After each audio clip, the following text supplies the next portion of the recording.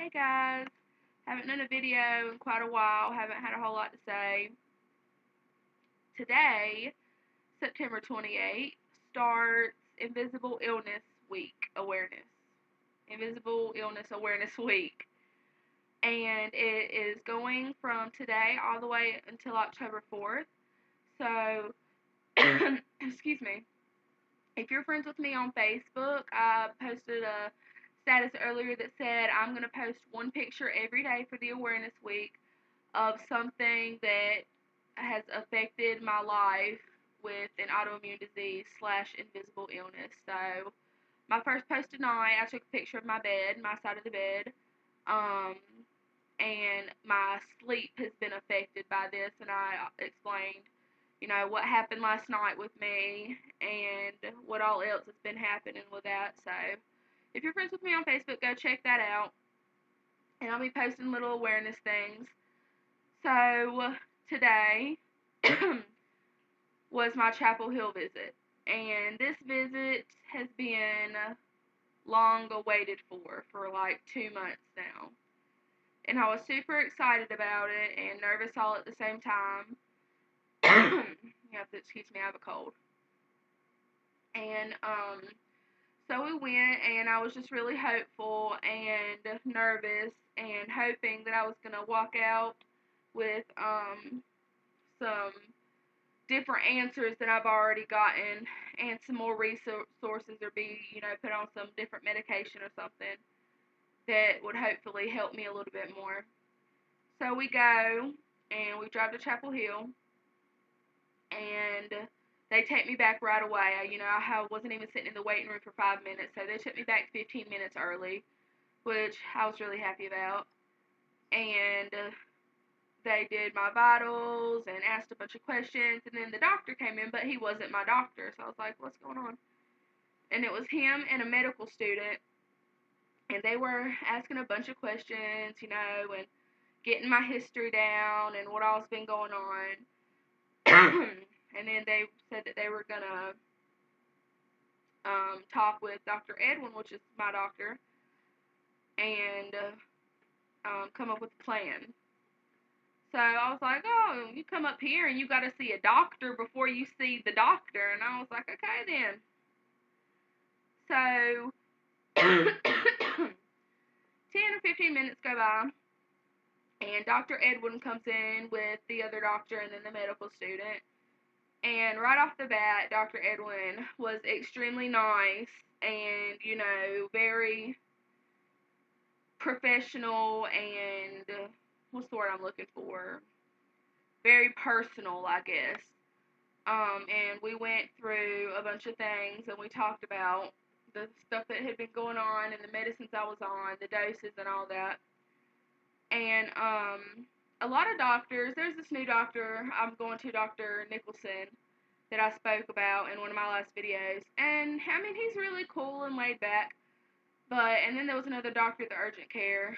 There are some doctors that do not want you to tell them what's going on with you. Like they don't want you to tell them what is working for you, what's not working for you, and they sure don't want you to tell them that you want to try this instead of this because you know that this is going to work better than this. And that is the doctor's job to do that, but us as patients, we know our bodies better than anyone else. So we know what's working, we know what's not working.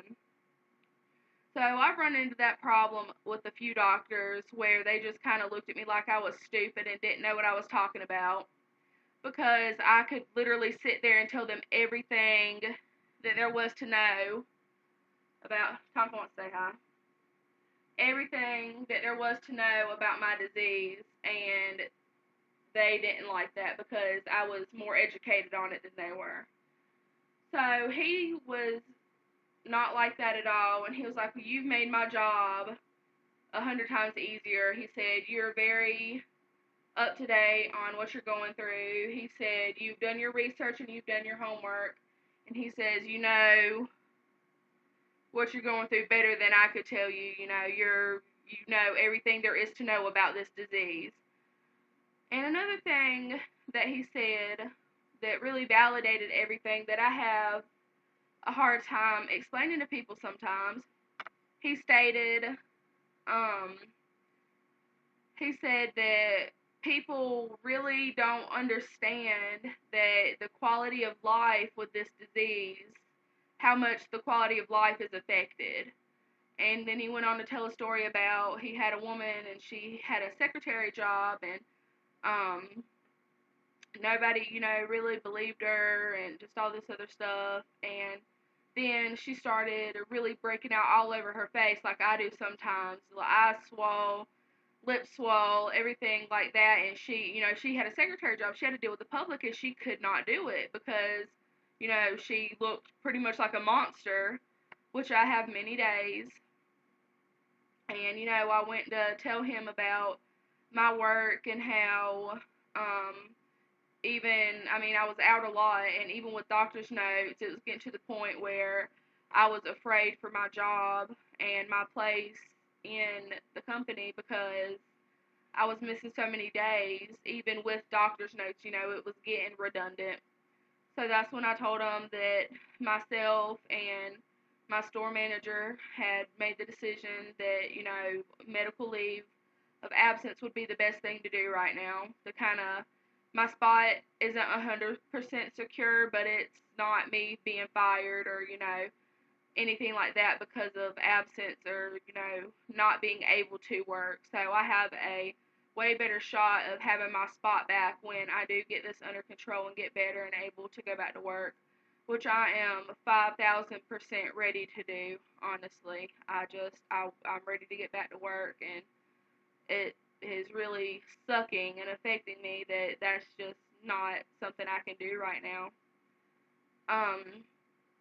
So last night, I didn't take any of my medicine. They say stop all antihistamines 5 days before you go to the office because of skin testing. I knew 100% they weren't going to do any skin testing on me today.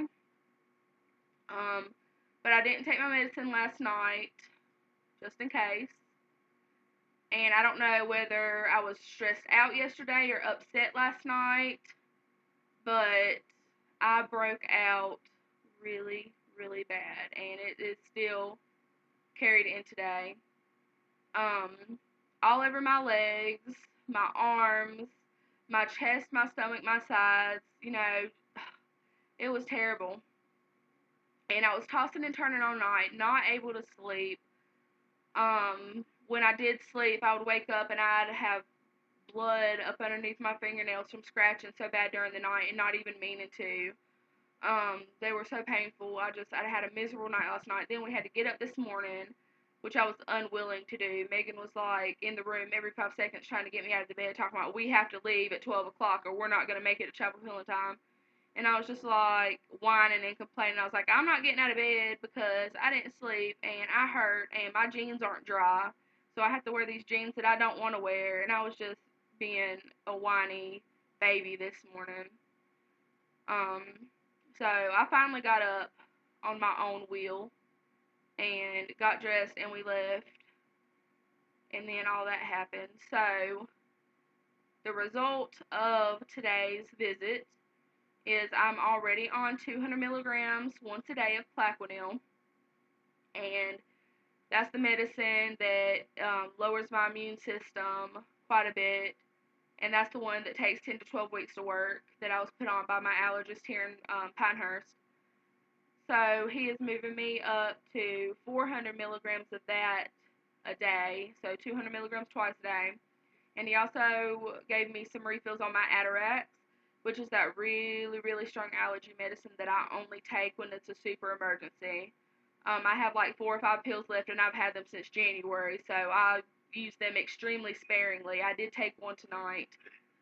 Um, I lifted up my shirt a little bit ago and showed Megan my back and my sides, my chest and everything, and I'm completely covered. And I did a little test on the camera a while ago. I stood up before I started recording and lifted up my shirt in the back just to see if the camera would pick up any of the hives, but the glare from my lights are so bright that it didn't pick up. So otherwise I would show you the ones on my back tonight, but you can't see them. I'm sure you can't see the ones on my arms. I don't know. I just have like this really basic laptop camera. It's nothing like spectacular. You can't see a lot of things. So basically, that was the result of today's visit. And I go back November the 23rd.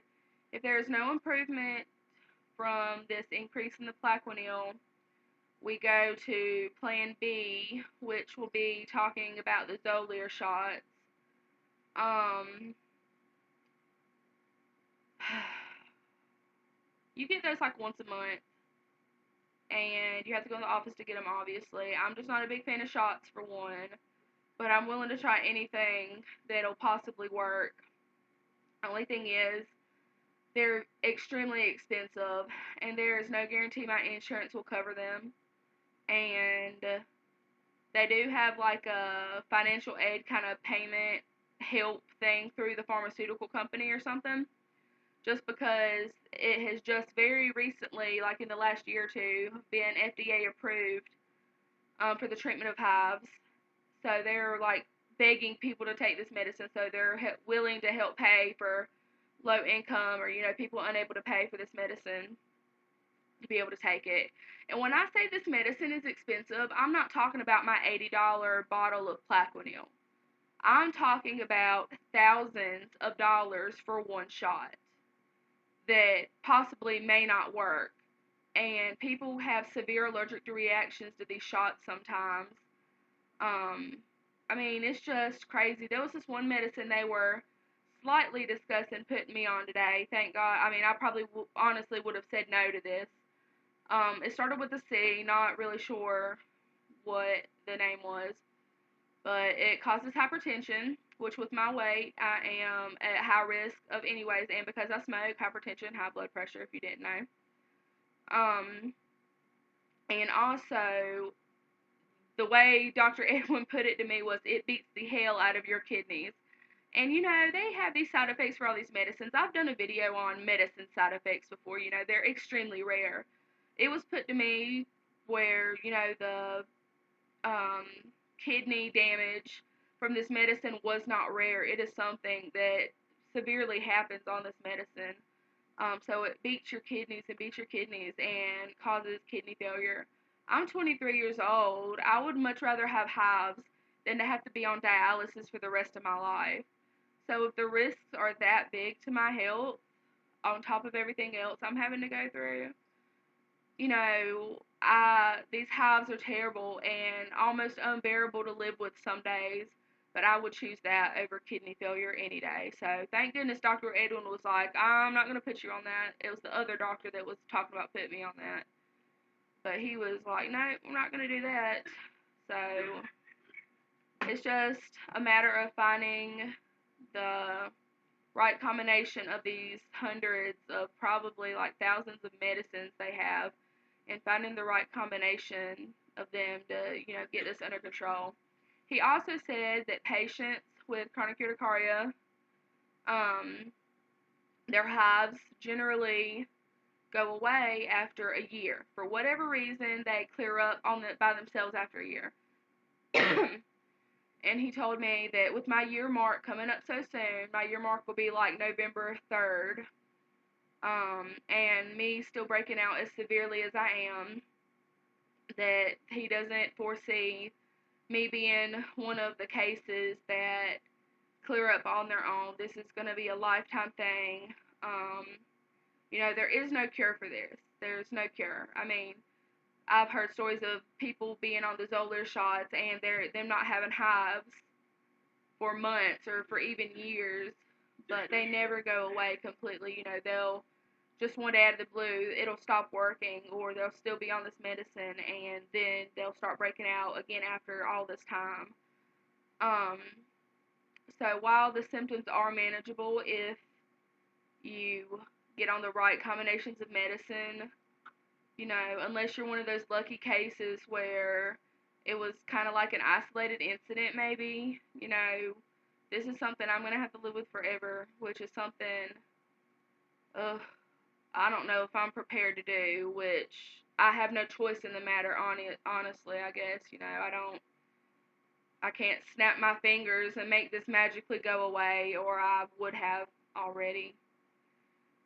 So it was a good and a bad day. A good day because I absolutely fell in love with this doctor today. I felt completely reassured and knew that he was going to take care of me. I thought I had made a mistake with the dosage of my medicine, thought I had completely screwed it all up earlier. And it was like at 9:30, and I emailed him personally. And within 15 minutes, at 9:30 at night, he emailed me back um, and told me the plan, and reassured me that I actually hadn't made a mistake with the medicine and the dosage. Um, So, I mean, that's amazing. You don't find doctors like that very often that will email their patients back at 9:30, 10 o'clock at night. Um, I mean, I was just blew away by it and just by his sincere kindness. It wasn't I have a new patient, let me run in and out because I know I'm going to get my paycheck anyways kind of thing. He came in there and genuinely sat down and spent time with me and made sure I understood everything and that I was okay with everything that we had decided together to do. He didn't tell me this is what we're going to do. He gave me the choice of what I thought was best, along with his professional opinion, and I think that's very important. So that was my Chapel Hill visit today. I go back to my regular allergist October 22nd, go back to him the 23rd, and I might go see my primary care physician sometime in between. I honestly may be finding a new one. I'm not feeling very 100% with this doctor. I'm not sure. I'll just have to go to another visit and see what I feel. Um, so that was it. It is Invisible Illness Awareness Week. Remember that, guys. If you're on my Facebook, look for all my awareness stuff I'm going to be posting and my once a day for a week pictures I'm going to be posting about what in my life has been affected by my autoimmune disease. So have a good night, and I will talk to everybody later. Good night.